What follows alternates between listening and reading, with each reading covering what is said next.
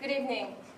In these few minutes, I would like to share with you my journey from working as a sustainability consultant on sustainability management systems to coaching people and groups for sustainability, one pebble at a time.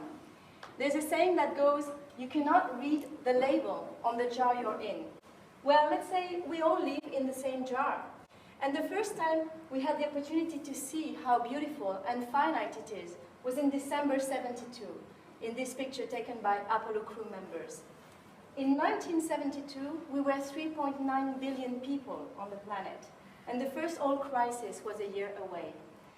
Please meet Mr. Adam Smith, the father of modern economy. In 1776, Adam Smith introduced the concept of a self-regulating market, in which the interests of society are better served by individuals promoting their own interest. 100 years after Adam Smith, the first oil wells announced the beginning of the second industrial revolution. In his horse and coal-powered economy, Adam Smith had no idea of the consequences theory would have at a larger scale.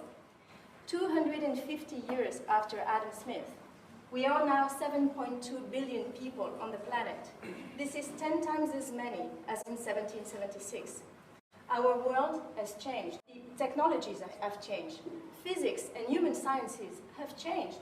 Yet, the assumptions of our economic models remain the same. In 2050, we'll be 8 to 10 billion people, 3/4 of which living in the city, mainly in coastal areas. By that time, the middle-class population will more than double to reach 5 billion people. The consequences of this is exponential growth. One of them is climate change, which impacts we can already see. Since the beginning of the first industrial revolution, the world temperature has increased by 1 degree, and it's supposed to be increasing by 2 to 4 degrees in the next 100 years. Now, this is a wake-up call. But today, the question is not only about sustainability, it is about resilience, about how to cope with the consequences of unsustainable development. Major cities such as San Francisco have appointed this year their Chief Resilience Officer for the first time. So, what does this have to do with me? This may be what you are wondering right now. And this is the question that guided my work for the last 20 years. What I found is that working on sustainability management systems is not enough.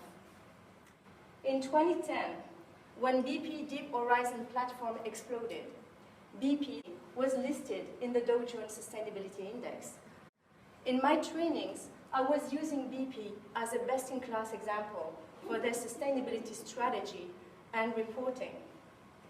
Too often, sustainability is considered in a continuous improvement, where what is needed is actual systemic change. It takes more than incremental end-of-pipe solutions to overcome the challenge we're facing. After all, the electric light bulb was never invented by improving the candle. So, if we are serious about meeting the needs of present and future generations, we need to reset the assumptions of our economic model. The only way to promote society's interest is to actually pursue these interests and embed them in a vision that encompasses a collective well-being. What is the world you want to live in? What is the world you want for your children? These are questions we need to ponder in order to create a vision, not a linear projection of our present. We need organizational systems that are aligned with that vision. Can we consider, from a wider perspective, systems efficiency than simply short-term savings, for instance? Systems that aim at maximizing stakeholder satisfaction. We need collaboration with internal and external stakeholders. There is no one-size-fits-all solution to the magnitude of the sustainability challenge. Companies who are engaging with their stakeholders enhance their chances for success, long-term success, and their capacity to innovate. And of course, sustainability needs an inspired leadership. Empathy and the ability to deal with complexity are the qualities of the leaders we need. Recent studies have shown that there is a correlation between managers' level of consciousness and the degree of their environmental and social commitment. So when I work with organizations and coach them for sustainability, I use this frame. Is there a vision aiming at the greater good? Are the systems in place aligned with that vision? Is there collaboration? Is collective leadership supportive and engaged? Ultimately, though, organizations don't change. People do. And in that change process, we need to go beyond denial or resistance that are brought by our fear or cynicism. There is in each of us a deep longing for connection and meaning. Aligning our actions with that longing is the key to sustainability.